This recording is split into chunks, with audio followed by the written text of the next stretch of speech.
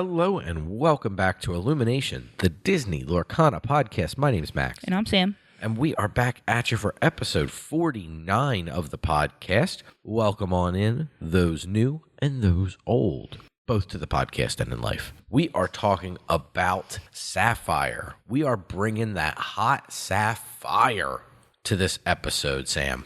Yay. Yep, burning up. We're burning it up. That's like the sound of hot, you know, when you put like something hot. Yeah.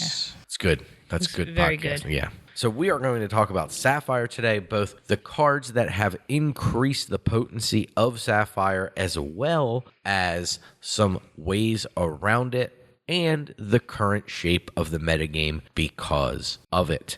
So let's go ahead and get started with the business. Before we jump into the episode proper, just wanted to give a shout out to Team IllumiNation, who did a great job at the most recent Forbidden Mountain Encounter Comics and Games tournament in Jenkintown, PA. We had a bunch of us all go. We had a great time, same as we did the previous time we went. The venue is incredible. The people who manage the venue are incredible. Team Forbidden Mountain, of course, good friends of the podcast, also incredible. And the folks over Encounter, also incredible. So we had me and two other teammates prize finish in the tournament. One of our teammates taking top 8. Shout out to Henry. One of our teammates taking 10th. Shout out to Matt. And myself bringing up the rear at 12th. Shout out to me, I suppose. We all did a really good job. Two of us playing Amethyst Steel. Myself playing Saph-FIRE Steel. A lot of steel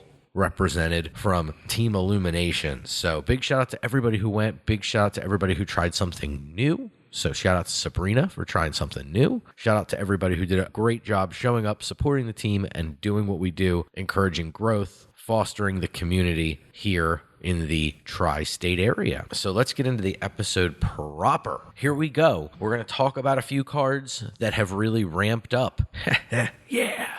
The blue strategies, giving Saph-FIRE some real fuel for their fire, their Saph-FIRE. I'm recycling that one. That's genius. He's going to keep going. He is. So let's first talk about Cinderella. 4-drop, uninkable. It's a 2/3, quest for 1. At the end of your turn, if a princess came into play, you get to choose a card in your hand, put it face down in your inkwell, and then draw a card. This is a card we put on our top 8 list. I think this is a card that everybody put on their top 8 list. No surprise we're talking about it here. But underneath the surface of Cinderella, we need to talk about, why is this card showing up everywhere? What does it do? Is it right in every single strategy that has Saph-FIRE in it? Is it just the best Saph-FIRE card ever printed? No question. Some things we need to talk about here for sure. What does she do well? What does Cinderella do really well for you, Sam? What did Cinderella do for you well over the weekend? She helps you to ramp on 4. Yeah. Well, really, she ramps you on turn 3 on your 4th ink, right? Yeah. So she gives you that 2-4-6 line that everybody's been trying out. Yes, 2-4-6. Sam and I both played Saph-FIRE Steel. We did the 2-4-6 Goliath plan, largely when we were on the play. But Cindy also showing up in the Emerald and Sapphire decks.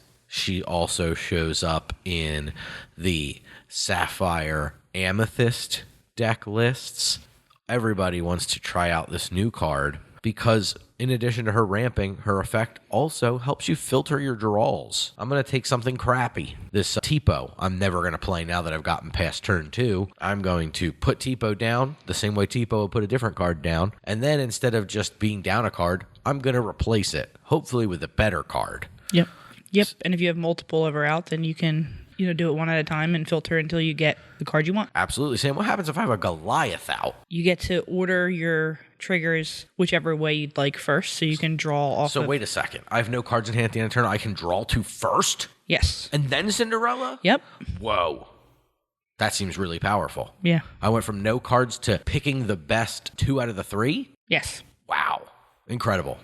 No wonder why this card's so powerful. Yeah, it's really good. Yeah, it's a very strong card, no doubt. It also secretly does a few things. It can sing songs. Sam and I were singing He Hurled His Thunderbolt with her during the weekend. Yep. It's very good. I know some of the Emerald Sapphire players like singing You're Welcome Perhaps a malicious, mean, and scary with Cinderella. She does all of those things. She also allows you a little bit of flexibility in the way a card like Fishbone Quill would have in the pre-rotation core constructed. Lets you be just a little bit greedier with the way you build your decks. Yeah, you can definitely stand to have a couple more uninkables. I think that having the greedier deck build is something Saph-FIRE is generally very, very interested in a lot of the time. For a lot of these reasons, it's not surprising that Cinderella is, in fact, one of everybody's favorite and most interested cards in deck building. I have definitely played her in decks that don't take as strong an advantage of her, and she's looked less than good. I was doing a lot of testing with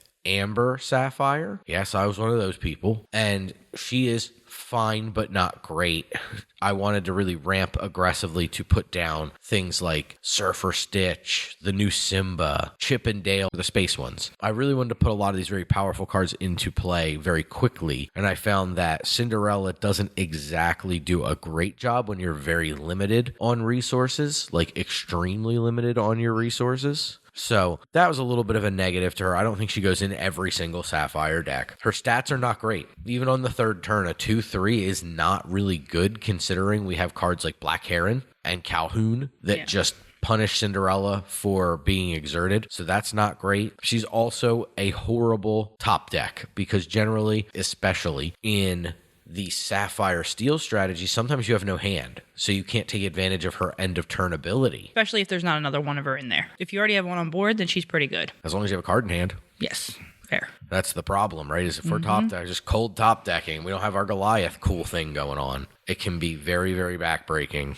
to draw a late game Cinderella. That doesn't change, right? From cards like Fishbone Quill, Tipo, the best of the lot, obviously being Sail the Azurite Sea, because it draws a card. Yeah. I think she's really strong, like incredibly strong in game warping in a very important way, but she's not the end-all, be-all, goes into auto 4 of in every Saph-FIRE deck, I would say. Moving on over to another card that we got, Spooky Sight. This is a scary one. It is mass board removal for Saph-FIRE. So this one will put into the inkwell face down and exerted every character that is in play with cost 3 or less. So we're talking about ink here, not talking about strength, not talking about the ability to quest. We're talking about the cost you pay in ink for the character. So all these small characters getting put into the inkwell instead of being on the board, causing problems for the Saph-FIRE players who need a little bit of time. Gives you another 6 on that 2-4-6 ramp line if you need it. Though I do think that's probably Spooky Sight at its weakest, because you often will, if your opponent curves out very nicely, 1, 2, 3, and now your response is to go Spooky Sight, it can be a little rough because you're giving your opponent a lot of additional resources by way of ink. But you can also do that to yourself and kind of put your little characters into the inkwell, so your Tipos and things like that can help you also ramp. You don't lose too much in that respect, but you do help your opponent in a way that's not great. But I will say one of the things about this card that is very powerful is it's not a song. It's just an action. So it can't get sniped by Ursula Deceiver, which is a very important thing because we are starting to see an uptick of lower costed emerald decks starting to sneak their way into the meta. So we're seeing a lot of Whisper Flynn Riders on 1, Ursula's on 2, into maybe play a Curse Merfolk plus boost a Flynn Rider on 3. These kinds of lines that really help these more aggressive decks break through. Especially nice with Flynn Rider because it's a nice defense to Spooky Sight being able to boost. You ramp even more. And then the card gets Spooky Sighted into the inkwell is pretty powerful. So I do think Spooky Sight is a necessary evil. I think you have to be very careful in how you're using it. You won't always be able to be careful in how you use it. I will emphasize it's a board wipe. Sometimes you're just like, I have to do this or I lose, no matter how good it ends up being for my opponent. We've talked a lot on the podcast in previous episodes about the position of the game you're in, where I have the luxury of playing around things, or I have my back against the wall and I have to just hope my opponent doesn't have it. Sometimes you got to just wipe their board and hope that their follow-up isn't into like card draw. Other times you have the luxury of going, you know what? I have enough small resources. I can exchange a few things and hold the fort on a long way and hope that their plan is to exhaust the last couple of cards in their hand, run out the last few low-cost characters to try to pressure me or put lethal in play, and then I can wipe the board with spooky, and it feels a lot better in those late game scenarios where the ink isn't as relevant anymore.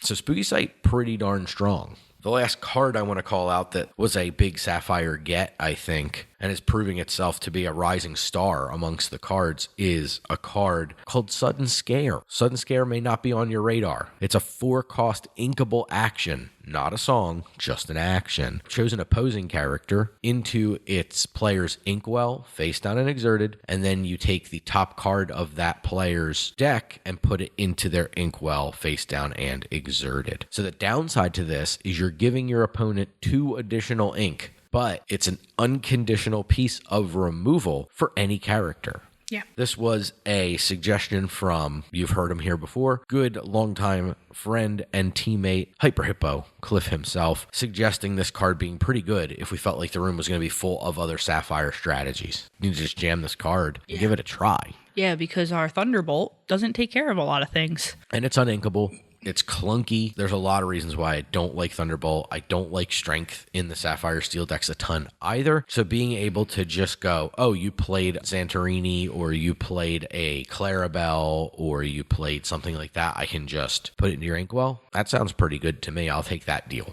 Yeah, and I think as long as you're doing this in the later part of the game and not on turn 4, you're pretty happy about giving them the ink. The only deck I haven't liked it against so far is the Amethyst Steel decks. But I'll use it. Yeah, I'll use it. And I think if they're pretty much out of cards, it's still okay. Right. If their last card they put into play is a Dumbo and I get to go and get rid of that Dumbo, whatever it takes. So that's a really nice play. Or that giant Demona that they've been playing. There's a few cards that can be a bit of a thorn. The Challenger one? Yeah. Yeah. There's some cards that are annoying to deal with for sure. But the Sudden Scare helps, and it's even really good on curve against more aggressive decks. Like, I don't care about giving them more ink if Sudden Scare their Tiana away. There's a lot of options that this card provides that I think is really good. It also does have the benefit of if your opponent has manipulated the top card of their deck by way of something like a Kita ability or Water Has Memory, Queen Quest, or something along those lines, you also get to really rain on their parade by getting rid of their card and the top card that they wanted there. Yeah. Extra bonus good fun, which is pretty funny as well. Some things it does that are a little on the weak side, obviously ramps the opponent. It's expensive in terms of being an interactive card, but in these Saph-FIRE decks, not really. It's pretty trivial for me to play a Hades and a this pretty quickly in the game. Yeah. So it's not too bad. And also, obviously, it can be quite bad on time. Like, you just don't, like Sam said, you don't want to play it. I don't want to play this on turn 4. It's the last thing I want to do. I'd much rather be strengthening or thunderbolting or advancing my board position and set up to be the person who's forcing them to come after me. Something else, not this, if I can help it, as much as possible. I think this card was great. Sam and I both ran 1 copy and it overperformed. A fellow teammate, Toby, played 4 in his deck, and he said all of them were great all the time. And I believe it, looking at the context of the room and how things went. It's very rare that card was not just punching way above its weight class. I was super duper impressed. So talking about these cards, what are we doing to fight these strategies, right? These are becoming very popular. We're seeing 3 or even like some fringy Saph-FIRE strategies looming in the shadows that could come up as well. How are we going to fight these strategies? What do we do to get around this really powerful 2-4-6 ramp line? Well, the first thing we need to identify is that they're taking off turns to focus on building their inkwell. So there's a big gap in our Saph-FIRE ramp strategy. There's 2 turns there, 2 key turns of the game, turn 2 and turn 3, where nothing really is being gained through tempo advantage. Nothing's being added to the board. So these critical turns that are taken off leave a pretty big hole in an important part of the game. And that's really where we can start to take advantage of things. We can play the Mowgli on 2 in Amber, or a Ludwig if you're playing Amber and Saph-FIRE, and try to take the first 2-drop ramp out of their hand. That's very powerful. We can choose to add threats to the board that are very robust and harder to deal with. Running our handouts, great, especially against the Saph-FIRE Steel decks, because they're going to Goliath you back with resources, which is kind of nice. If you're playing against the Emerald Saph-FIRE decks, you have to play a little bit more cautiously. Information you gather from something like a Mowgli or a Ludwig can be invaluable, or you simply need to decide how you want to play into things, how much you want to play into something like a Spooky Sight. But curving 1, 2, 3, 4, if you're playing Amethyst, and that 4 being Genie, can be extremely problematic for a lot of the Saph-FIRE strategies. So Genie obviously has been a great card since it's been around. It continues to be a great card and overperform because it gets around these spooky sites. It does a lot of heavy lifting, forcing a card like Thunderbolt to be used or Strength to be leveraged or something like that to happen, which is really cool. You can also, on the other side of just like card advantage, tempo advantage, and lore gain, this kind of fast strategy, you can go bigger. Sudden Scare, that's what that represents, is the concept of, I don't care what you're doing, I'm just going to play the best resources. Just unconditional removal for anything is extremely powerful. Being able to go Hades your thing and then Sudden Scare your thing just swings a game so drastically back in your favor. It's not even really fair in a lot of cases when you do it. It feels just insane. And it's like, okay, cool. Now I can quest with my Santorini for 3 and I don't have any interruptions. And it can be very, very powerful. So going bigger and being the bluiest, biggest, nastiest customer on the block is definitely something you can do. It's important when we're talking about Saph-FIRE and the meta right now to talk about Amethyst Steel. Weird segue, but it's very pertinent because Amethyst Steel is really holding back a lot of the aggressive strategies. With something like a Chroma Dogs or Sea Dogs, whatever you want to call it, the dog style of Emerald and Amber that's able to so aggressively and quickly go wide causes a whole dearth of problems for these Saph-FIRE decks. So being able to beat them at their going wide strategy is something that Amethyst Steel does really well. Yeah, they just do it with bigger bodies.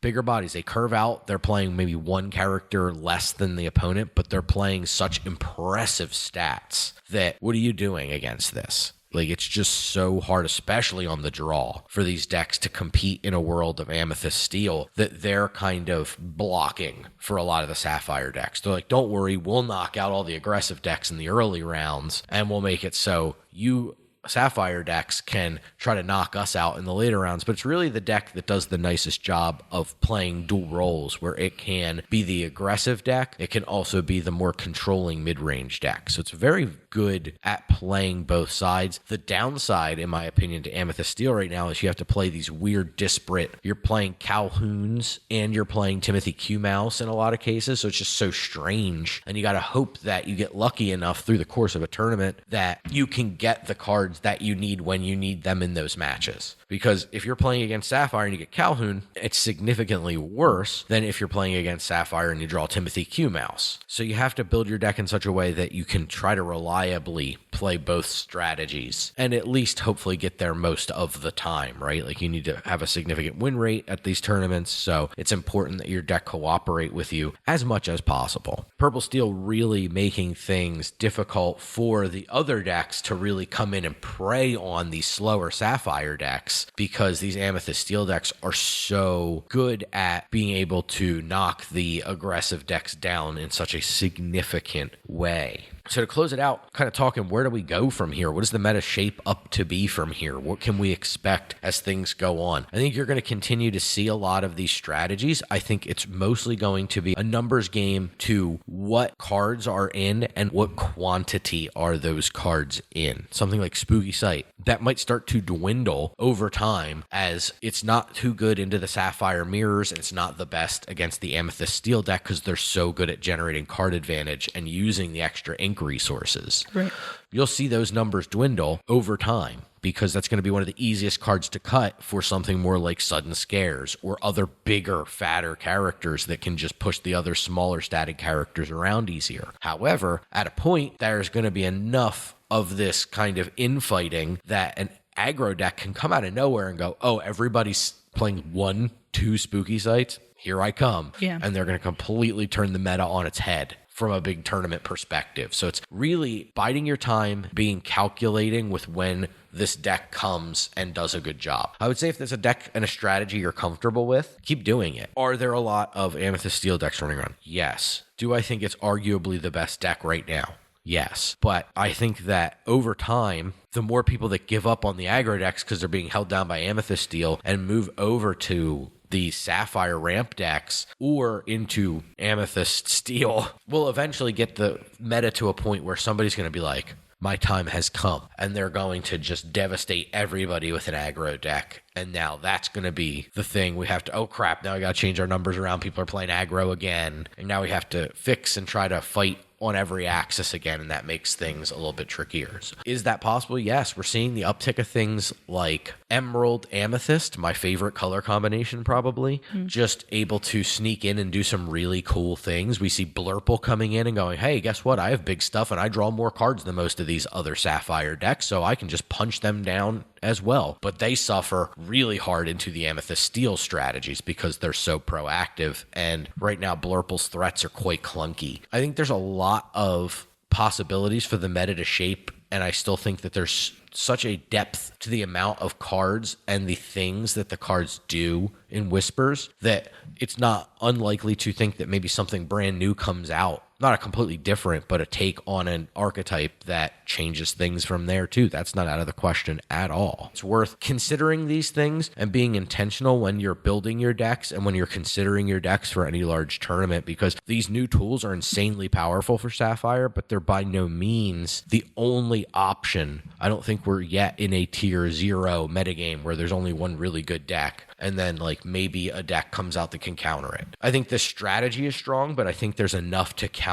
it that we can get there. It's just the Amethyst Steel in the room is making it interesting for the most obvious counter to exist. So being able to use something like an Emerald Amethyst to help fight on a tempo-y, stats-based card advantage axes, maybe something like that is the answer. There's a lot of opportunity. This is a brand new metagame, so by no means don't feel defeated if you're like, man, I am so sick of seeing people ramp into a big thing. 2-4-6 into something crazy, and it's just, I lose every time. There will be time to beat it. There will be people thinking about ways around it. There will be ways people are thinking about even beating the mirrors, which can then open up the door for something to come in and sneak in and take everybody by surprise. My sound advice continues to be the same. Keep testing, keep practicing, and most importantly, keep questing.